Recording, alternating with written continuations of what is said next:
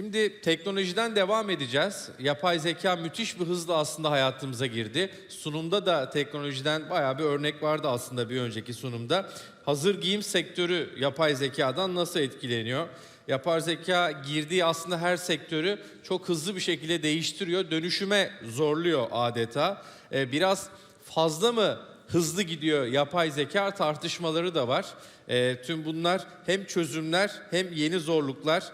Başlığımız bu bölümde gelişen yapay zeka, hızlanan değişim, yeni çözümler, yeni zorluklar. Konuğumuz Amerika Co Group İnovasyon Grup Başkan Yardımcısı Barry McGo. Kıymetli alkışlarınızla sahneye davet ediyorum. Buyurun efendim.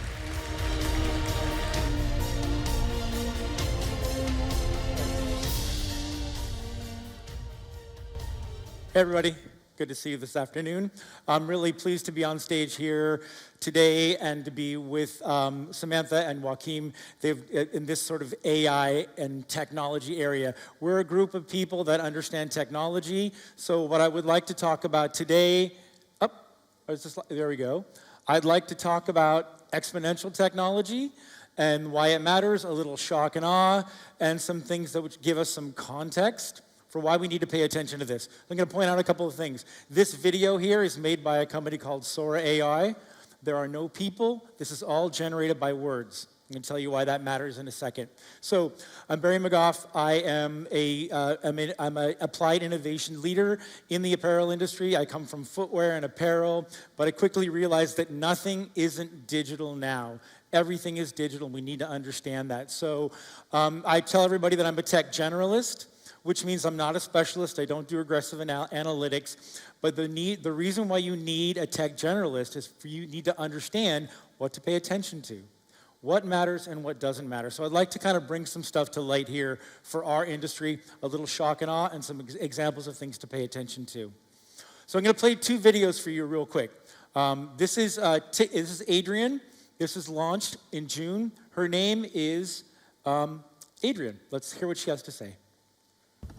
My name is Adrienne. Well, not Adrienne, but TikTok's latest Symphony digital avatar. I am a custom avatar born from TikTok's latest generative AI technology. What I love about my job here at TikTok is that we're building for the future of creativity and marketing. She doesn't have a job. She's not a person. She's totally synthetic.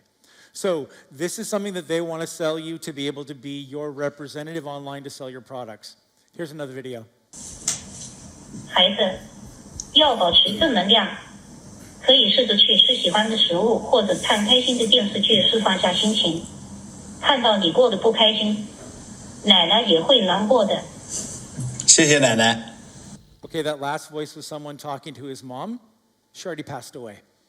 This is a digital twin using pictures of someone's deceased loved ones to be able to talk to them and use AI to have communication. And this will cost you about $140. So let me ask you a quick question. How many of you would use this technology today? Not too many say so.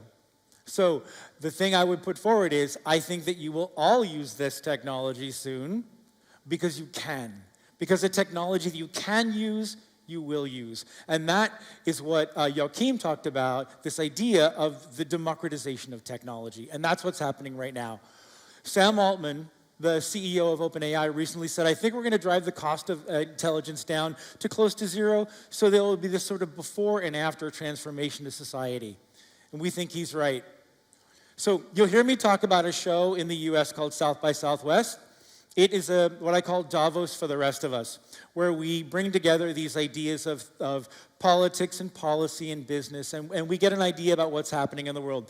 In 2022, they predicted that we would see all these things. There's something called GPT-3.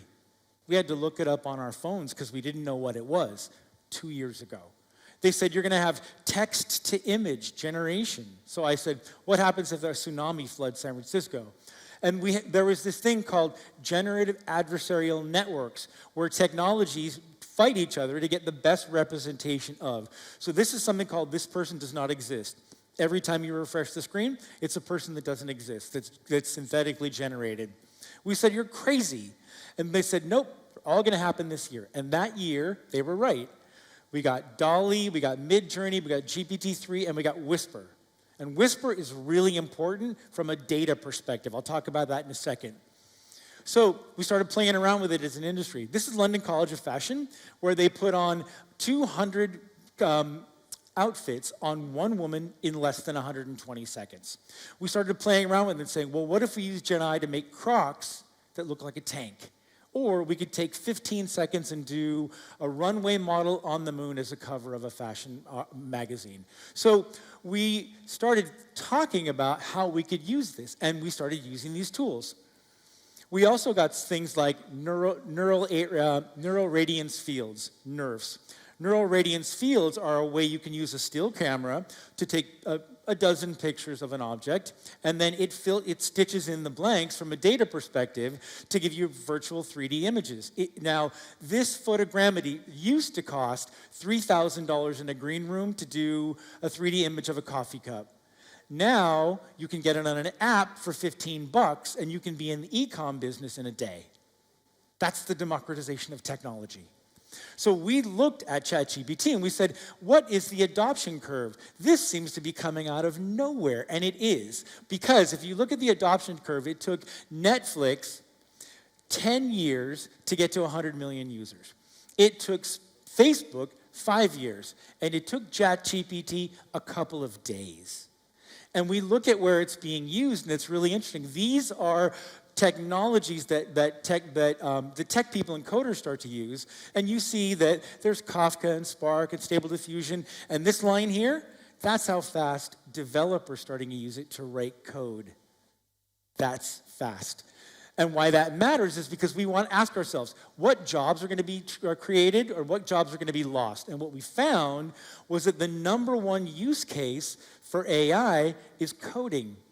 Why does that matter? That feeds into our conversation of exponential technology, because when you can code things faster, you get faster programming, you get faster refactory speeds, you get more app dev, you get more web dev, you process data more quickly. So things happen faster. So of course, education, content, sales and marketing, these were all surprising to us. But what really surprised us was the use of code. So fast forward to last year, South by Southwest, the main thing was, this is the year where AI becomes operational. And they called it a Cambrian explosion, similar to when life exploded on Earth. Wow, that's hyperbolic, that's really big. Is it really that big? It's just a technology, right? So we started thinking about this idea of supercycles. Supercycles in the last 120 years, 150 years, we're seeing things like the railway, the steam engine, electrification. These are things, technologies that change our society.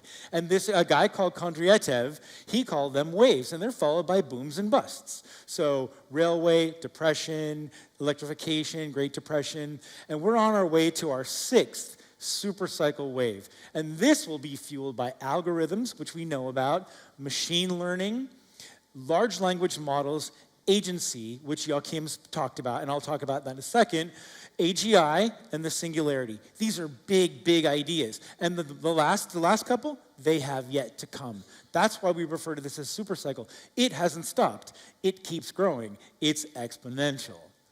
So the World Economic Forum said that they thought last year, the beginning of the year, that generative AI could add $20 trillion to global GDP and save about 300 billion hours of work.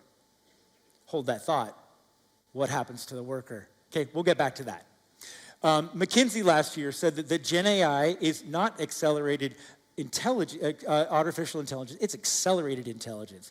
It's how things go faster. Right? So, and they talked about our industry saying in the next couple of years it could add $275 billion to the fashion apparel business. We think now that number is low. So fast forward to the World Economic Forum. Let's get out of our bubble for a second, and let's talk about what World Economics says. They looked at a survey, and they said nearly half of all consumers, they said that they would put their faith in AI to make life decisions like buying a house. Really, you would do that. 36% they would prefer AI for financial advice. 14% of consumers said they prefer interacting with AI. Go back to what Joachim said, the connect to consumer. We're seeing that consumers trust AI. So how are we using it in our work? Well, if you look at this little blue bar here, the use of Gen AI, that we've been playing around with it for years, the use of Gen AI has doubled in the last 12 months. So we're using it in our businesses. The Future Today Technology Institute taught a woman called Amy Webb, who is fantastic, and I would definitely suggest you follow her. She does a grid every year, and she talks about every technology that we can think of, from Gen AI all the way over to quantum. Green tech, AR, VR, computational architecture, the metaverse. Remember the metaverse, right? And so what's interesting is she listed out by every single sector that you can imagine, from ag to media to telecom. We're here. And what's really interesting about this chart, no white spaces. No white spaces. That means every technology will touch you. Okay? And then here we can see where we are right now. And it's true. We're already AI, Gen AI, AR, VR, mobility, robots, drones, clean tech. We're already there. We're already doing this. So we're well on our way to understanding it. But the thing we keep asking ourselves is, what are the killer use cases? How will it work? Is it just a parlor trick? Is it a ChatGPT game that our kids use, or to write term papers? So MIT talked about this in their technology review for 2024, and they said, we need to ask a different question. What are the right-shaped problems? What are we solving for? And they talked about a lot of things that we're seeing. We see coding up there, which we talked about, healthcare, imaging, supply chain, science, and material development. We'll talk about digital twinning, and we'll talk about the creator community and why that matters. Why does it matter to this room? AI is moving fast. So this is a guy called Tim Urban. I love him because he explains scientific concepts in stick figures, which I can kind of get as a tech generalist. And this is generally the timeline that we all agreed on. We thought that AI would be as smart as a chimp in 2018. By 2023, last year, it would be as smart as a dumb human. This is going to take a while to get really smart. In actuality, it's more like this. What the heck, right? So we are now, a year later, we're at Einstein level, and we're growing really, really fast. So we're moving quickly to the idea of artificial general intelligence. AGI is when AI can understand, adapt, learn, and acquire knowledge in the same way that human beings do. It's not sentient, but it can learn the way we do. Now, Che Chang, who's the OpenAI general counsel, he said that this will be real in the next 3 to 5 years. 2 months later, they said they think they've already achieved AGI. This is a big, big milestone for us. Ray Kurzweil, who wrote about the singularity famously, he's here being interviewed by Nick Thompson, and they were talking about whether AI will pass the Turing test, whether it can trick us to believe that it's human, and when we will get to the singularity. And what they basically said is, in the next few years, the Turing test will be passed. We won't be able to tell the difference. And by 2045, we'll merge with AI in what will be the singularity. And he said a couple of months ago that if you can live for the next 3 years, you can live for the next 100. Now, I can't guarantee that either, but you'll start to get some idea from this presentation why that might be true. So Joachim talked about agency. Agency is a really, really big deal for us because it's not just asking ChatGPT, can you do a thing? Can you write a term paper? Can you fix my resume? Come back with a monomer answer. It's when you ask an agent to do multiple things and it doesn't come back till it does all those different things. So this happened last year. This is really, really now very, very scary and very interesting. A ChatGPT 4 agent was asked to try to see if you can crack the code for CAPTCHA. You know CAPTCHA? Right? Which is the stop sign, which is the bridge, which is the bicycle tire. Because AI is super, super bad at that. It's actually really bad at that. So here's what the agent did. It went out to a company called TaskRabbit, and it hired humans. And it said, can you go onto this website and figure out how many CAPTCHAs you can do for us? And then, when a smart human said, you don't really seem like you're up to this. Are you a robot? And CAPTCHA said, why no? I'm blind, and I need your help. Okay, so this should give you guys goosebumps. Because ChatGPT 2, without anyone watching it, hired a human and lied. So agency is a really, really big thing when we talk about the morality and what we're going to be asked these agents to do. People are worried about it. They're also excited about it. But this is going to happen more and more. So as we move forward, we understand that AI is building itself on large language models. Okay, that's now in our vernacular. We understand what large language models are, these big corpuses of work that the AI trains on and learns from. Because everything is language, right? Text, image, speech, music, code, math, everything is language, and it learns constantly. What's really interesting about the one that I mentioned earlier, Whisper, is Whisper turns sound to words. Because we have a lot more data out there that is recorded. Movies, music, YouTube, historical recordings. Because the models need to keep learning to get smarter.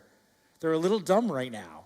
So we're looking at now turning everything into language. Not just sound, but we're looking at molecular structure. We're looking at DNA. We're looking at brain scans. That everything will be language. Because right now we also know that it hallucinates. And Gen AI is consistently and authoritatively wrong. So this is a really good case study. This is a lawyer last year who quoted, he had a 10-page brief with half a dozen court citations, and he presented these court citations in a court case, and the judge looked them up, and they were all fake. And he almost lost his law license. He was almost disbarred, right, for having not checked. So you have to check AI, right? This is something that was really famous. Gemini from Google had to be recalled because it was asked a question, give us a pictures of the founding fathers of America. And they overcorrected because they were overcorrecting for racial bias. So we had to go back and do this thing called retrieval automated generation, where a human teaches the model, good dog, bad dog. This is a good answer, that's a bad dog, because it makes mistakes. So we have to look at these ideas of reinforced human learning. So we're getting there. We're getting smarter and smarter as we do this because we have to make sure that we're enabling these models to get more and more accurate.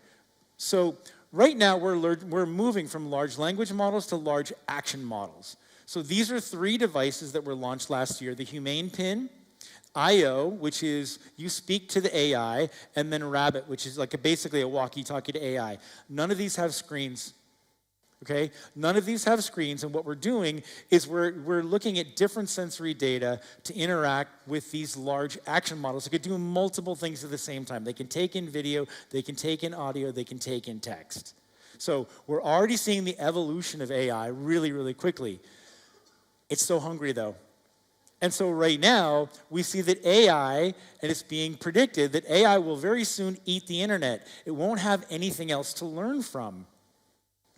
So it's being predicted that we're going to have a explosion of wearable devices. We're going to see things that seem really dumb and things that will be really interesting, like sensors on plants. But they can bring in ambient temperature conditions. So we'll get more data, right? Robots. You're going to see a lot more robots. Why? Because they're going to help take care of your kids, they're going to help take care of your elders, but they're going to get data in the same way that there was so much data retrieval during COVID when they learned so much was happening with our kids when they were at home, right? So it's all about the data, and that is why NVIDIA is the first trillion-dollar chip company. So they're turning into a monster, but we're going to need to put that data in more places. It's not just going to be on chips. It's going to live on exascale computers. These are going live now. These can process an exaflop of data. Okay, remember I told you I'm not a tech specialist, but 1 and 18 zeros is a lot of zeros. That's a lot of data, and it moves really, really fast. Because all this data that we're ingesting is going to have to be processed. Yeah, it's not on my slide, but 2 announcements happened last week. Microsoft is opening up 3 Mile Island, and Google just yesterday said they were going to invest in nuclear plants because the energy required is also fantastic. We're going to be moving into an era of quantum, where quantum is very power hungry as well, but we're going to have to process things in more complex ways. The way quantum works, and I had to learn this myself, is that we think of things in ones and zeros. We think of things in a binary way. Yes, no, good dog, bad dog, right? When you ask our computer, it'll ask you a question, give you a binary answer. When you ask a quantum computer, it doesn't give you an answer, it gives you every answer ever. And then you have to rip it apart. So the problem with quantum isn't getting the data, it's disentangling the data. So you're going to see a lot more of these chandeliers here as we start to use this to process all the data that we have. So where is this going to go? We're talking about chips, exascale, quantum. What happens when we mix this with CRISPR and gene editing? Then we get something we refer to as large science models. Large science models are where we're going to be rewiring physics, chemistry, and biology using AI. So why does that matter to this group? Well, we talked about digital twinning, so I thought it would be really interesting to talk about this, to discuss a talk I attended with Dow. And what Dow said just recently is they're just completed the process of doing a digital twin catalog of all their chemical compounds. All their chemical compounds are now going to be able to react with other chemical compounds, and they can model and age all the physical properties to be predictive for degradation, for resin, coatings, and elastomers. So there will be an explosion, just like the MIT slide I showed you on material science, where different kinds of materials will be offered to you that will be cheaper, faster, more sustainable. They're going to come at you thick and fast now because chemical companies are using AI for digital twinning. So how will AI hit your industry? It'll hit you on the things that you're going to be using on coatings and finishes. So we're on a road to ubiquity right now, and I use this analogy of boiling a frog. Does anyone know how to boil a frog? Yeah, you put a frog in cold water, and then you turn the water up slowly, and it doesn't know, so it doesn't jump out. That's the idea. So why do I talk about this? Let's talk about current applications. So right now, Amazon has AI. It applies to 300 million consumers and has AI in every single device here. It has it's in Alexa, delivery, Amazon Web Services. It even has an AI shopping assistant. Google just announced their AI shopping assistant this morning, okay? Amazon has over 750,000 robots, so almost 1 million robots in its distribution centers. They're all using artificial intelligence, right? So we're going to use it in our supply chains.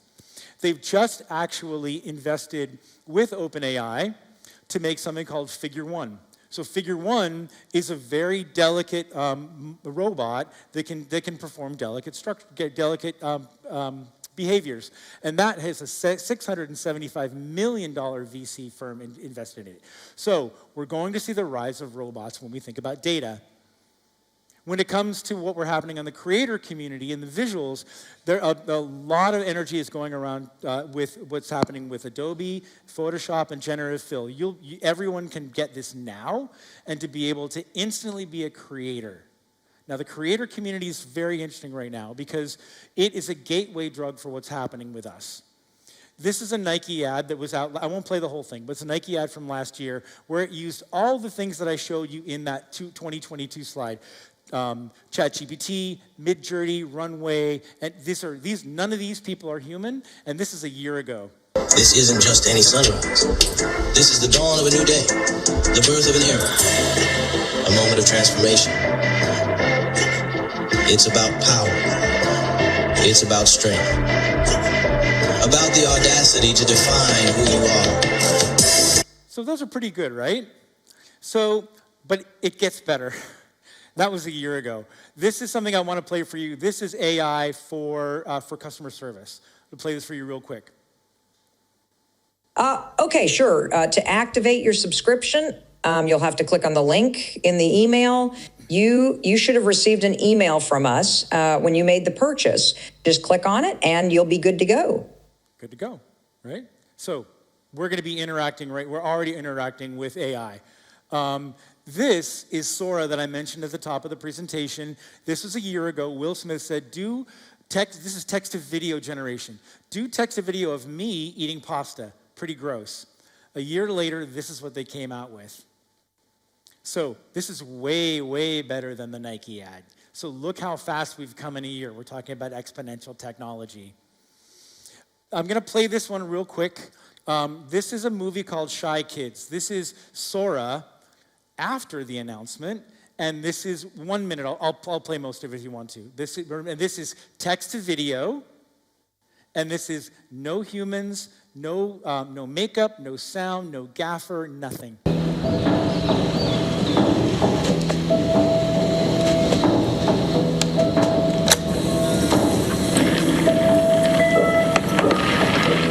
Well, they say everyone has something unique about them, something that sets them apart. It's just in my case, it's quite obvious what that thing is.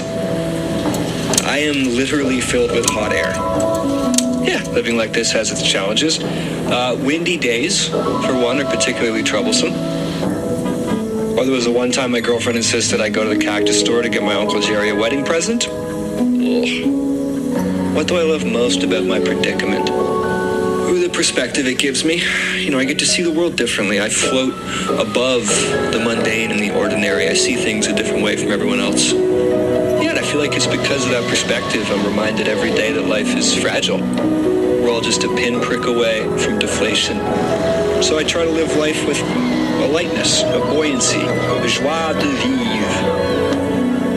I got a lot of ideas keeping this thing full.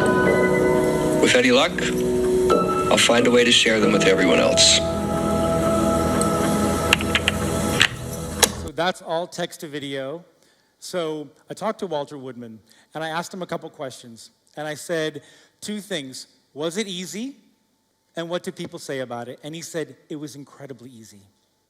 And I said, what do people say about it? And he said, I stopped at the number 50 of people on TikTok, on Twitter that told me I should kill myself, because they thought he's single-handedly ruining the entertainment industry. So why do I bring that up?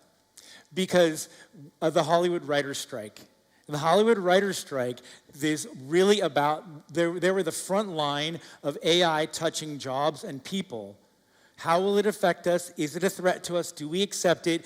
And the whole conversation on patents, rights, ownership, name, image, likeness, that all came up because of people like Walter. So expect that we'll start to see that more and more as AI starts to touch the jobs in our sector as well. Now, we have spatial computing. I would be nowhere without talking about spatial computing and what this will mean for us, because it is an operating system. It's not an entertainment system. So let's get back to the frog. What we're starting to see is when we went to text to image, to text to video, to jobs, and now we're starting to move this into the next phase. The next phase of us soaking in AI is going to be search. So all these search engines are now live. Gemini, Edge, Perplexity with Claude, Kaji, which is actually really great. This is all AI-generated search. This is available now, and it's all been launched in the last 6 months. From then, we're going to move from search, we're going to move to the office. So it will be embedded in Gemini, it will be embedded in Edge, and all of a sudden, AI will be everywhere. And you're a cooked frog. You're done. And that's what I mean by AI ubiquity. That's what I talked about. If you can use a thing, you will use a thing. It's too easy. It's everywhere. It's embedded in everything you do. So let's talk a little bit about where we're seeing it in our industry. A recent Barclay study, which is really, really great on retailers, they asked leaders in the retail sector, what do you think is going on? And they said basically 41% see more opportunity than risk in AI for retail, and 60% of us are investing in digital capabilities, and 46% of us are investing in our supply chains. So we're starting to see a real, a confession that we actually are putting our money here right now. So let's talk about some use cases, killer use cases like MIT. So right now, one of the things we talk about is demand planning. As we know, demand planning is a dark art. It touches all of us in this room. And so we look at things like too much waste. 30% of inventory is never sold. 92 million tons of textile waste annually, responsible for 10% of global emissions. And now we're looking at things like in California, where I live, SB 707 just being passed last week, which is an Extended Producer Responsibility Act, which expects brands that are worth over $1 million to be able to pay for recycling of their product. Okay, it's a big deal. So we would like to not have 30% waste in our ordering. So the way we look at ordering now is it's pretty binary. It's on the A and B axis. We have seasonal data and we have historical data. And then we kind of cast our mind back in the rearview mirror and we say, we have some algorithms that can give a little math to this. But essentially, we're kind of spitballing it. I like this company, Impact Analytics. Dick's Sporting Goods in the US invested $30 million into them last year, okay? And they said, let's just say we have not just seasonal data and historical data, but what if we added ambient data? What if we added stuff that we could look at touching all these things: size curve optimization, merchandise planning, buy planning, life cycle management, consumer segmentation, right inventory, right time? Because what if we could bring in stuff like social media? What if we could bring in politics? What if we could bring in, and this is big in our industry right now, a lot of people are talking about the Ozempic effect. How will that change what we order, how we order, what sizes, right inventory, right place? Or how do we bring in something totally weird like Barbie? Now we need to order more pink. Who knew? So can we start to bring in ambient data sets to make our decision making smarter?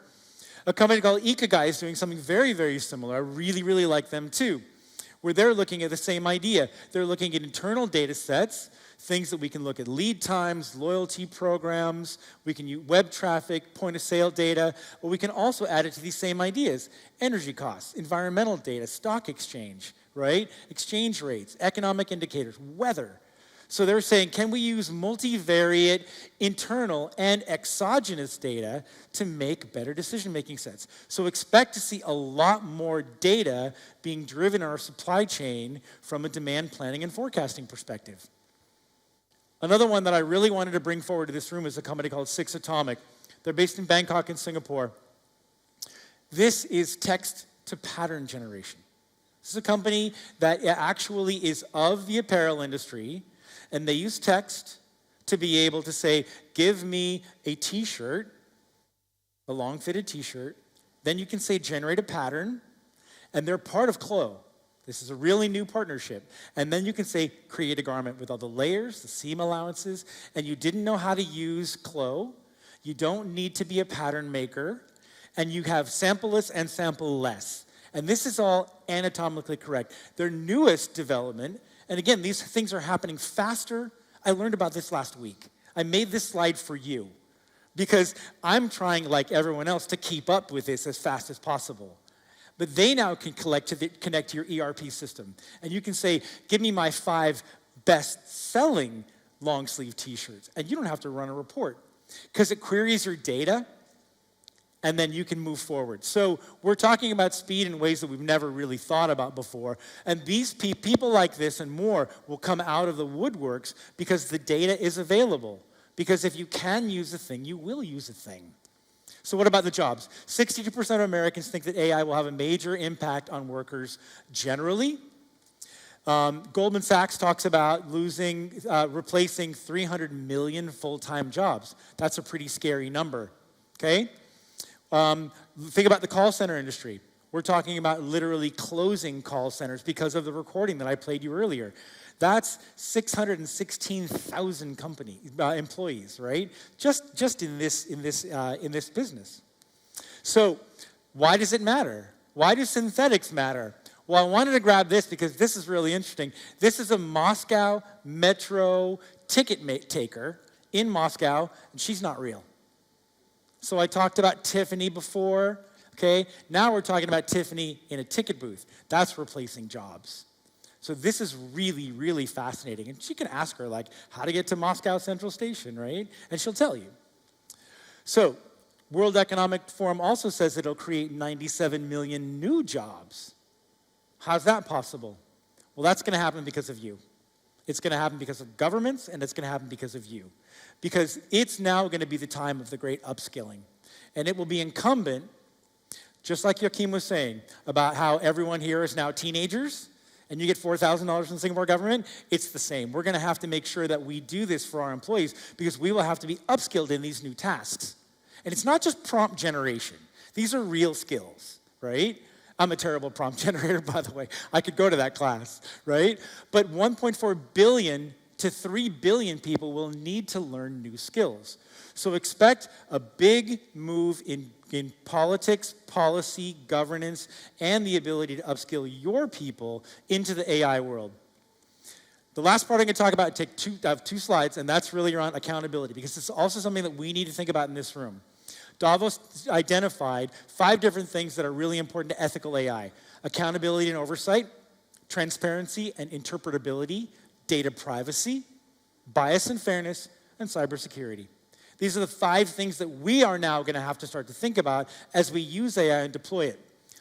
The EU AI Act, which you guys probably know about, and if you don't, it was enacted in June, but it won't really have teeth until the end of the year, beginning of the year. And they listed everything by risk. Unacceptable risk, kids, social scoring, facial recognition, dark AI manipulation, lying. Then they talked about high risk, limited risk, and minimal risk. Okay? So everything is going to be rated, and this will have teeth. It could cost 35 million euros, or 7% of a company's annual turnover for non-compliance. So just like GDPR, when it came in, we didn't know what it was, and we didn't know the cost of compliance. Now everyone in this room understands GDPR. So I'll end with this. E.O. Wilson, the great biologist, he said, "We are a species that are born with Paleolithic emotions, medieval institutions, and godlike technology." So we have to figure out what to do about it. So if you want to take a picture of this barcode, this is something that I did last year. I mentioned South by Southwest. This is the report. I'll just give it to you guys. This is what we learned. We think about what the red threads are. So I call it Davos for the rest of us because it's for you. It's not Davos. It doesn't cost like Davos, right? So I would love for you guys to check out this report and see what the thinking is like. There's a lot of cool keynotes in here. And going next year. So if you want to join me, contact me on LinkedIn or grab this website and you can learn more about it. But I would love to see everybody there and see what we see. So thank you. Thank you very much. Thanks.